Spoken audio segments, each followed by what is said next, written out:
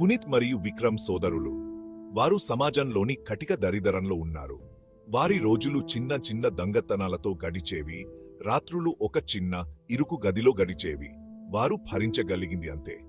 పునీత్, మన దగ్గర పెద్దగా ఏమీ లేదు విక్రమ్, కాని కనీసం మనం ఒకరికొకరం ఉన్నాం. సోదరుల మధ్య ఒక విచిత్రమైన బంధనుంది. ప్రతిదానికి వారు ఒకరిపై ఒకరు ఆధారపడ్డారు. పునీత్ చిన్నవాడు, చాలా చురుకైనవాడు. విక్రమ్ పెద్దవాడు మరియు బలవంతుడు, అవసరమైనప్పుడు బలాన్ని అందించేవాడు.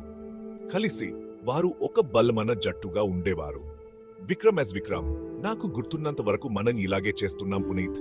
ఇది మనం కోరుకున్న జీవితం కాదు, కానీ మనకున్న జీవితం ఇది. వారి తల్లిదండ్రులు చాలా సంవత్సరాల క్రితం మరణించారు.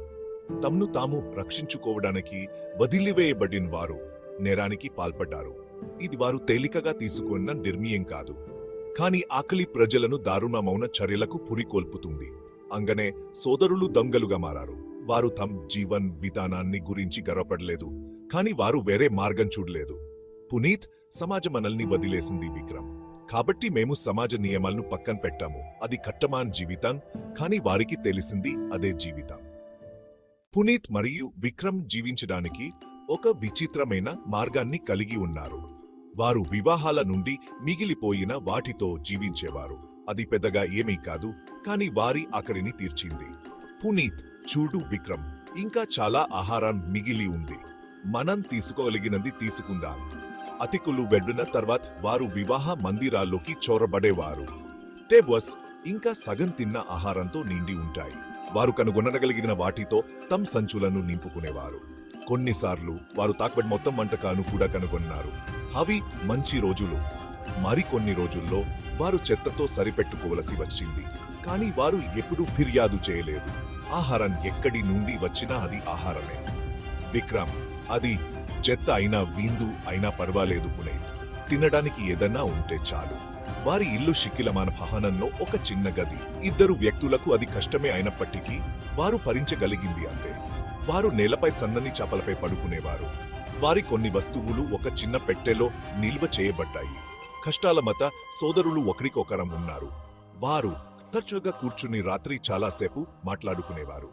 వారు మెరుగైన జీవితాన్ని గురించి కలలు కన్నారు, కాని దానిని ఎలా సాధించాలో వారికి తెలియదు. పునీత్, బహుశా ఒకరోజు విక్రమ్, బహుశా ఒకరోజు మనం దీని నుండి బయటపడటానికి ఒక మార్గాన్ని కనుగొంటాము. కాబట్టి వారు తమ చిన్న దొంగతనాల జీవితాన్ని కొనసాగించారు.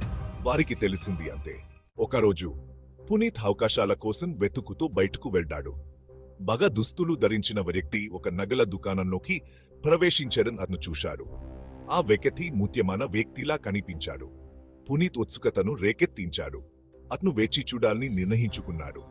కొంత సమయం తరువాత ఆ వ్యక్తి ఒక చిన్న ప్యాకేజీని తీసుకుని దుకాణం నుండి బయటకు వచ్చాడు. పునీత్, ఈ వ్యక్తి దగ్గర డబ్బు ఉన్నట్లు కనిపిస్తున్నాడు. నేను అతనిని ఫాలో అవ్వాలి. పునీత్ అతనిని అప్రయత్నంగా అనుసరించాడు. ఆ వ్యక్తి ఆ తర్వాత ఒక షూ దుకాణంలోకి ప్రవేశించాడు. పునీత్ కిటికీలోంచి తమంగి చూసి ఆ వ్యక్తి ఖరీదైన జత బూట్లు కొనడం చూశాడు. పునీత్ మనసు రేస్ చేస్తోంది. అతను ఒక సువర్ణావకాశాన్ని చూశాడు.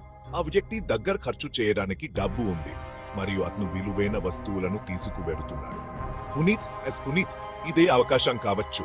ఇది మన పెద్ద విజయం కావచ్చు. పునీత్ తమ చిన్న గదికి తిరిగి వెళ్తాడు. అతను దీని గురించి విక్రమ్తో చెప్పాలి. పునీత్, విక్రమ్, నేను ఇప్పుడే ఏమి చూశానో నువ్వు నమ్మవు. ఈ వ్యక్తి దగ్గర డబ్బు మరియు విలువైన వస్తువులు ఉన్నాయి. మనం త్వరగా వ్యవహరించాలి. పునీత్ తాను చూసినది వివరించగా విక్రమ్ శ్రద్ధగా విన్నాడు. వారు త్వరగా ఒక ప్రణాళిక వేసుకున్నారు. ఇది వారి పెద్ద విజయం కావచ్చు. వారు తమ పనిని సరిగ్గా చేస్తే వారు గణనీయమైన దోపిడీని సాధించగలరు. సోదరులు తమ దోపిడీని ప్లాన్ చేసుకుంటూ రోజంతా గడిపారు. విక్రమ్, సరే పునీత్, దీన్ని చేద్దాం. ఇది ప్రతిదీ మార్చగలదు. అరే, వారి హృదయాలలో ఆశతో మరియు వారి మనస్సులో ఒక ప్రణాళికతో వారు తమ అతిపెద్ద దోపిడీ కోసం సిద్ధమయ్యారు. మరుసటి రోజు పునీత్ మరియు విక్రమ్ తమ ప్రణాళికను అమలులోకి తెచ్చారు. ఆ వ్యక్తి తన ఇంటి నుండి బయలుదేరగానే వారు అతన్ని అనుసరించారు. వారు రోజంతా అతని కదలికలను ట్రాక్ చేశారు. చివరకు వారు తమ ఆకాశాన్ని చూశారు. అక్కడ అతను ఉన్నాడు. ఆ నిర్మానుష్య వీధిలో ఒంటరిగా నడుస్తున్నాడు. దీన్ని చేద్దాం. విక్రమ్ వెనుక నుండి ఆ వ్యక్తిని సమీపించాడు. అతను అతనిని బలంగా కగిలించుకున్నాడు. పునీత్ త్వరగా ఆ వ్యక్తి వస్తువులను లాక్కొన్నాడు. ఇదంతా క్షణాల్లో జరిగిపోయింది. ఆ వ్యక్తి స్పందించేలోపే సోదరులు వెళ్లిపోయారు. వారు వీలైనంత వేగంగా పరిగెత్తారు. పరిగెత్తు ఉండు, వెనక్కి తిరిగి చూడకు. వారు తమ దాగుడు ప్రదేశానికి చేరుకునే వరకు పరిగెత్తడం ఆపలేదు. ఈ పట్టణ్ శివార్లలో ఒక పాడుబడిన పనన్. వారు ఇంతకు ముందు ఇలాంటి ప్రయోజనాల కోసం దీన్ని ఉపయోగించారు. లోపలికి వెళ్దాక్ వారు బొప్పిరి పీల్చుకున్నారు. అప్పుడు వారు తమ దోపిడీని పరిశీలించారు. అవును, కాని మనం ఇంకా సంతోషించలేము. మనం కొంతకాలం దాచి ఉండాలి. పోలీసులు ఖచ్చితంగా మన కోసం వెతుకుతారు. S2 police chasing suspects in dark. ఇదిగో చూడు, బంగారు గొలుసు, ఖరీదైన బూట్లు మరియు మొబైల్ ఫోన్. ఇది ఇప్పటి వరకు మనం చేసిన అతిపెద్ద దోపిడీ. వారి అతిపెద్ద దోపిడీతో సోదరులు జాగ్రత్తగా ఉండాలని వారికి తెలుసు. వారు ఇప్పుడు దొరికిపోవడానికి వీల్లేదు. వారి స్పానం ప్రసారం అవుతోంది. భయాందోళనలు మొదలయ్యాయి. అతను దానిని దగ్గరగా పరిశీలించడానికి తీసుకున్నాడు. భయంతో రకం పరికరం అని అతను గ్రహించాడు. వారు తమ తదుపరి అడుగు గురించి ప్లాన్ చేస్తుండగా పునీత్ వింతగా ఏదో గమనించాడు. వారు దొంగిలించిన మొబైల్ ఫోన్ మెరుస్తూ ఉంది అని అతను భయంతో అడిగాడు. విక్రమ్ కూడా అదే విధంగా షాక్ అయ్యాడు.